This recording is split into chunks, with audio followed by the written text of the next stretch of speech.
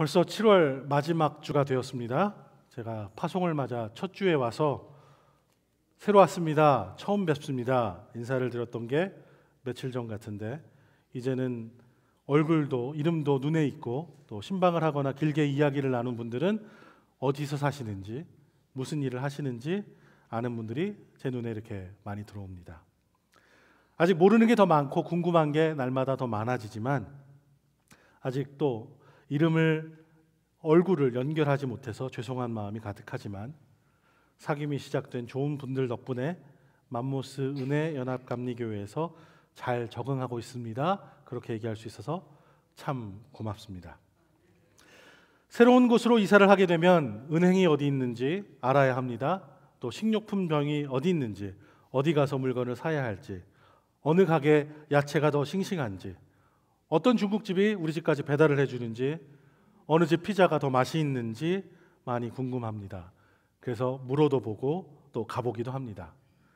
교회 근처에 커다란 몰을 비롯해서 워낙 많은 가게들이 있다 보니 어디를 가면 가장 좋을지 마치 아이스크림 가게에 가서 그 수많은 아이스크림을 놓고 어느 걸 먹을지 행복한 고민을 하는 어린아이와 같은 그런 행복한 도전을 받기도 합니다. 그래서 가까운 여러분들께 여쭤봅니다. 권사님, 장로님, 자동차 엔진은 어디서 가는 게 좋을까요? 옷을 수선해야 되는데 어디에 맡기면 좋을까요? 어떤 때는 거기 가시면 안 돼요. 여기 가시면 안 돼요. 도망가집니다. 안 되는 것이 많아서 그럼 어떻게 가야 되나, 어딜 가야 되나 고민이 되기도 합니다. 또 여기도 좋아요, 저기도 좋아요. 너무 많은 좋은 곳을 소개해 주시면 선택하기 참 어렵기도 합니다. 그래서 인터넷에 도움을 받기도 합니다. 여러 웹사이트에 음식점마다 또 가게마다 심지어는 교회까지 점수로 평가를 잘 해놓은 곳들이 있습니다. 그곳에 올려놓은 사용 후기 또 방문 후기를 읽어보면서 여기는 좋은 데구나, 내가 여기를 꼭 가봐야겠구나, 또 여기는 좀 피해야겠네, 그런 결정을 합니다.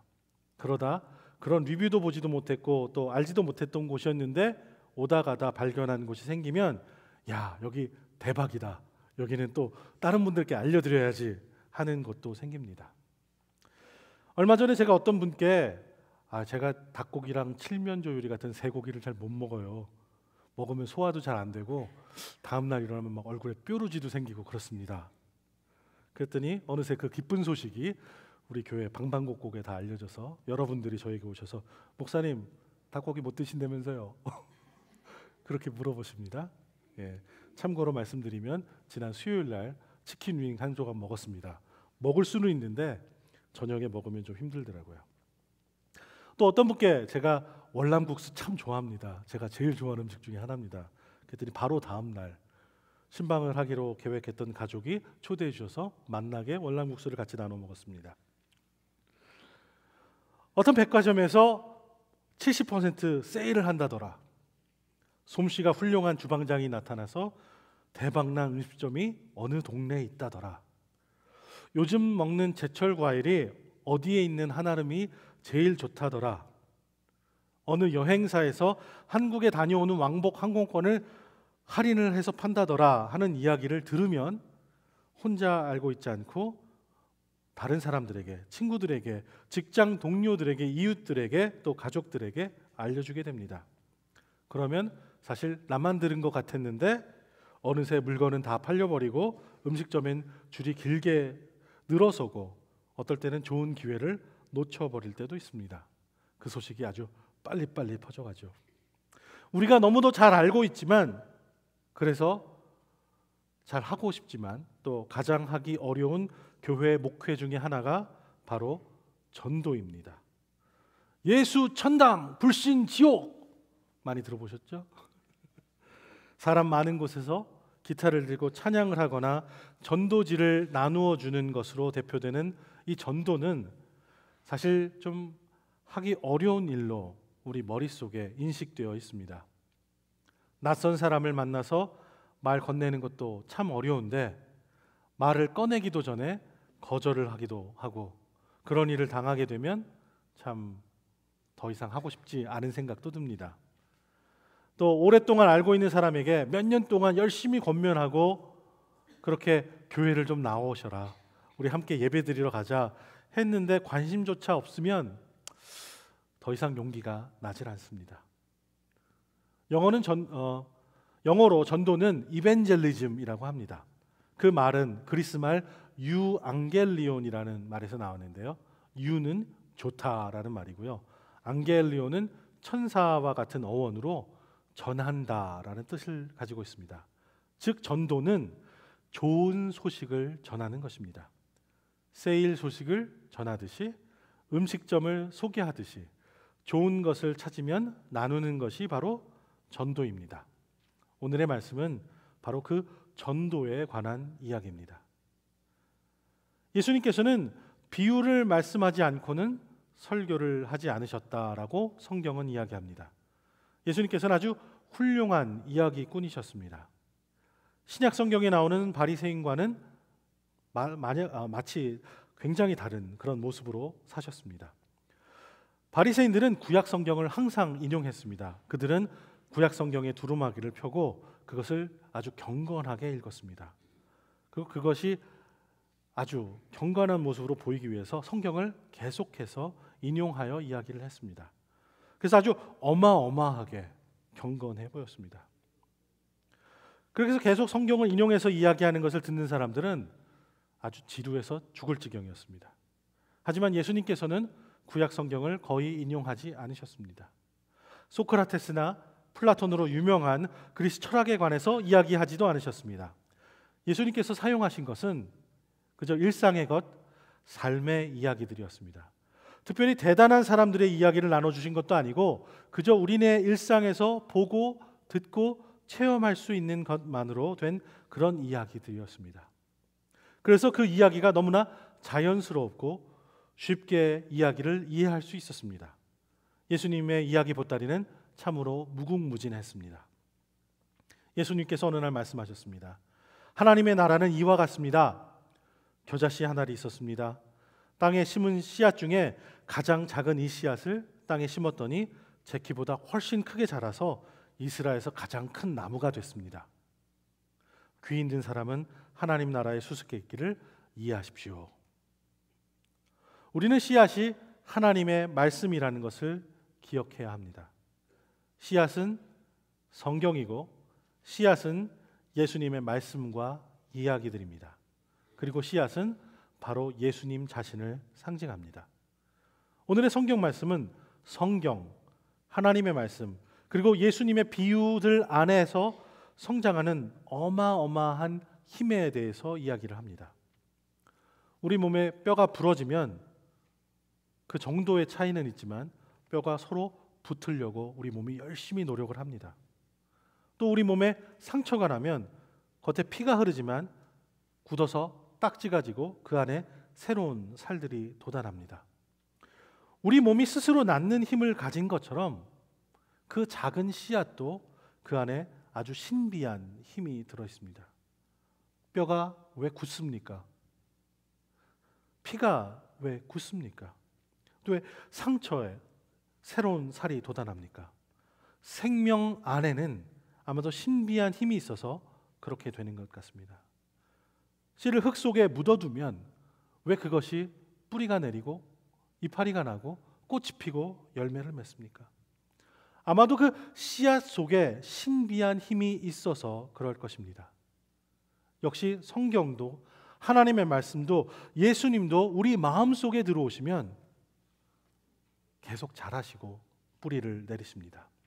여러분도 말씀을 여러분 가슴 속에 심으시면 살아계신 하나님의 말씀의 무언가가 여러분의 삶 속에서 자라게 될 것입니다.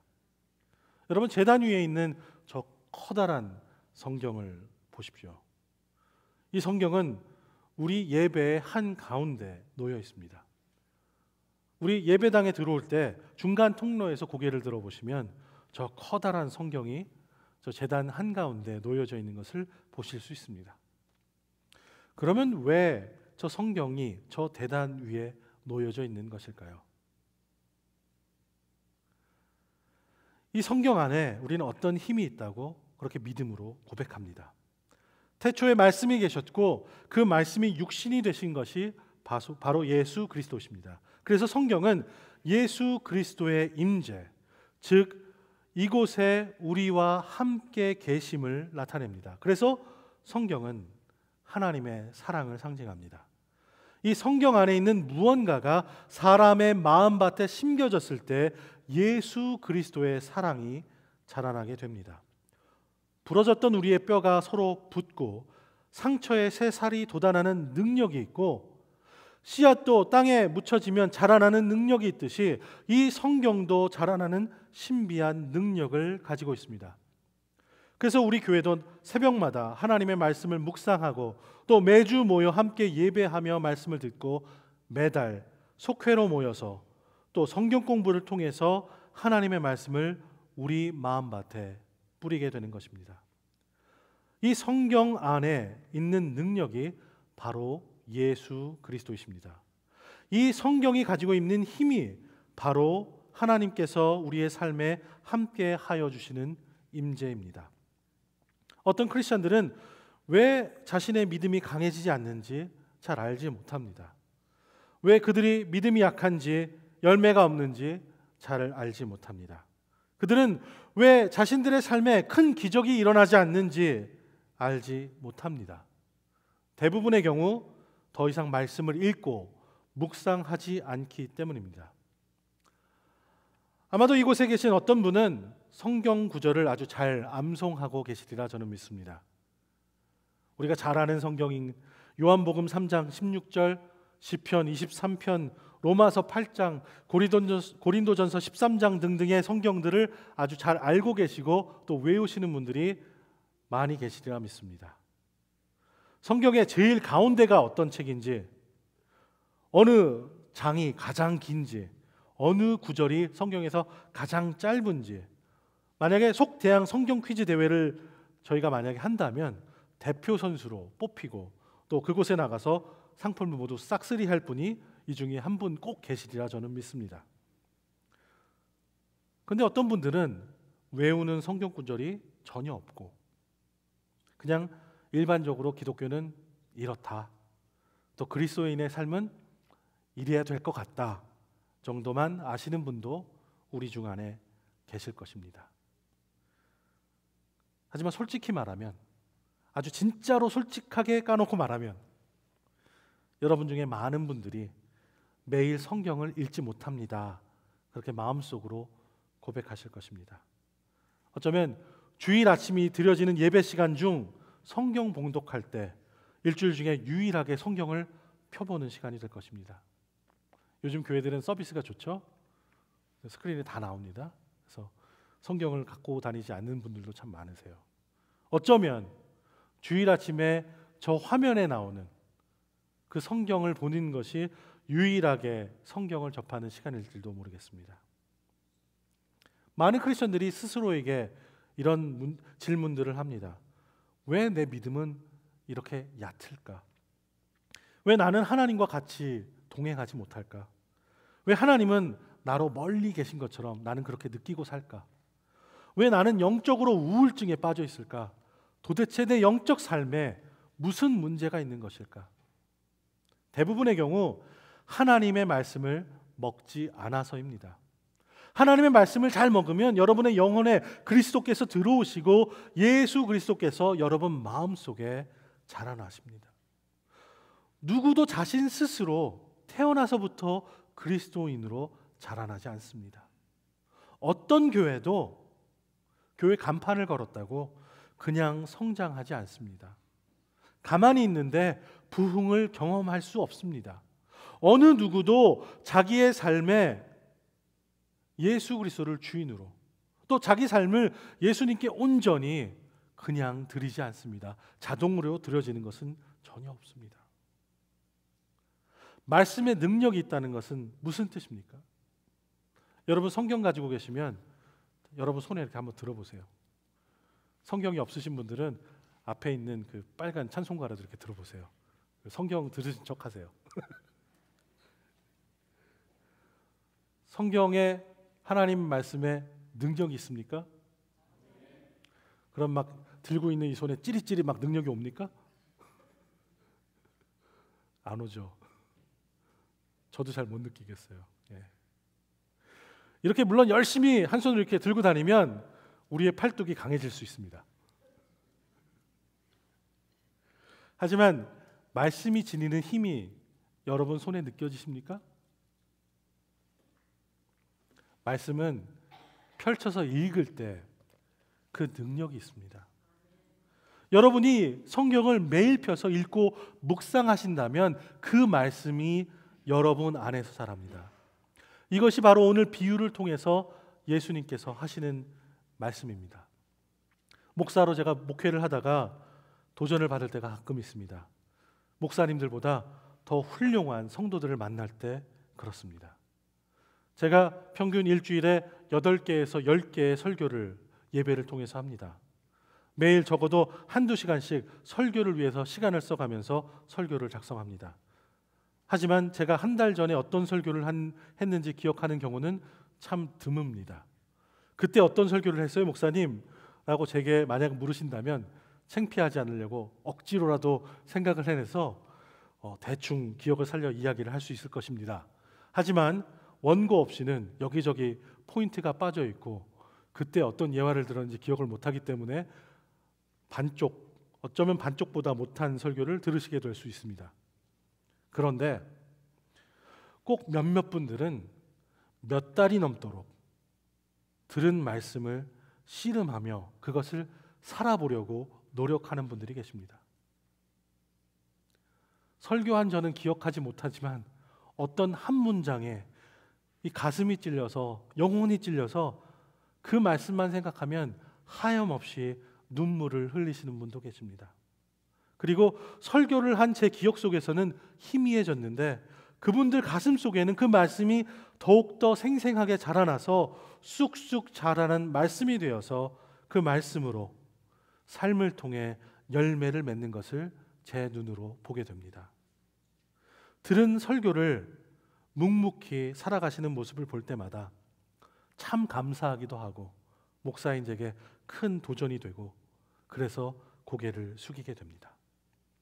올해는 500주년을 맞는 종교개혁자 마틴 루터를 기억하는 해입니다.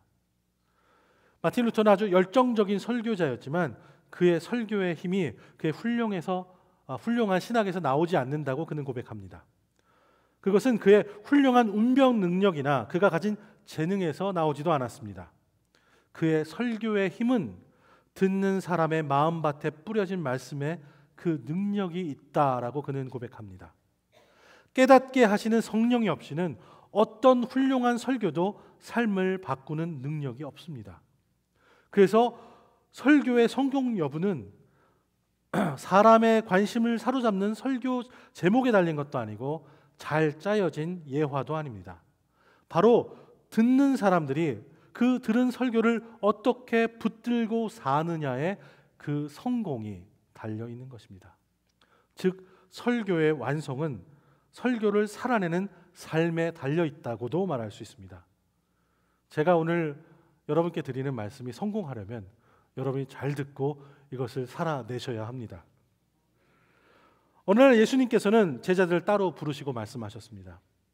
하늘나라는 밭에 숨겨진 보물과 같다. 어떤 사람이 그것을 발견하고는 감추어두고 기뻐하며 돌아가 모든 재산을 팔아 그 밭을 샀다. 또 하늘나라는 좋은 진주를 찾아다니는 상인과 같다. 그는 값진 진주를 발견하고 돌아가 모든 재산을 팔아서 그것을 산다. 예수님께서는 그들에게 말씀하셨습니다. 그러므로 하늘나라의 제자가 된 모든 율법학자는 새 것과 오래된 것을 자기 창고에서 꺼내주는 집주인과 같다. 집주인이 자기의 보물 가운데 새 것과 오래된 것을 내어 가지고 옵니다. 이 새 것은 전에 없던 새로운 것이 아니고 오래된 것은 낡아빠진 헌 것을 의미하는 것이 사실은 아닙니다. 그것은 최근의 것과 예전부터 내려오는 것을 의미하는 것입니다. 그것은 집주인이 자기 보물 가운데 내어오는 것입니다. 본문에서 말하는 내어오다라는 단어에 해당하는 그 원어 성경의 표현은 직역을 하면 씨를 뿌리는 것 같이 흩뿌리다라고 표현할 수 있습니다. 이 뜻은 착한 마음으로 아낌없이 내어주는 것을 의미합니다. 그러면 이제 그들이 아낌없이 내어줄 새 것과 오래된 것을 생각해 보길 원합니다. 이 말은 서로 대립되거나 적대하는 새 것과 헌 것이 아닙니다. 새로우면서 동시에 오래된 것을 의미합니다. 우리 교회들의 아주 아름다운 꽃들과 건강한 나무들이 있습니다. 그 뿌리는 여러 해를 지난 것이지만 우리가 보는 줄기와 꽃은 새로운 것들입니다. 우리가 정원의 뿌리를 모두 제거하면 꽃들이 없어집니다. 열매도 없을 것입니다. 예수님께서 말씀하시는 새 것과 오래된 것은 바로 이런 의미를 가진 말입니다. 인생에 있어서 오래된 것은 하나님이 다스리는 나라입니다. 하나님 나라는 장소가 아니라 하나님이 다스리는 상태를 의미합니다. 하나님이 선포하시는 말씀을 상징합니다. 그렇다면 새 것은 무엇입니까? 하나님 나라에 대해서 가르침을 받는 제자인 우리들의 은혜의 경험을 말하는 것입니다. 내 안에 하나님의 나라가 임한 결과물로서의 열매를 말하는 것입니다. 지금도 여전히 주님을 믿고 따르는 것은 인기가 없습니다. 복음이라고 불려지지만 사실 복음이 우리가 깨달은 사람들에게는 보물이지만 아직 경험해보지 못하고 듣지 못하고 깨닫지 못한 사람에게는 그저 불편한 소식뿐입니다. 자신을 버리고 하나님을 따르라.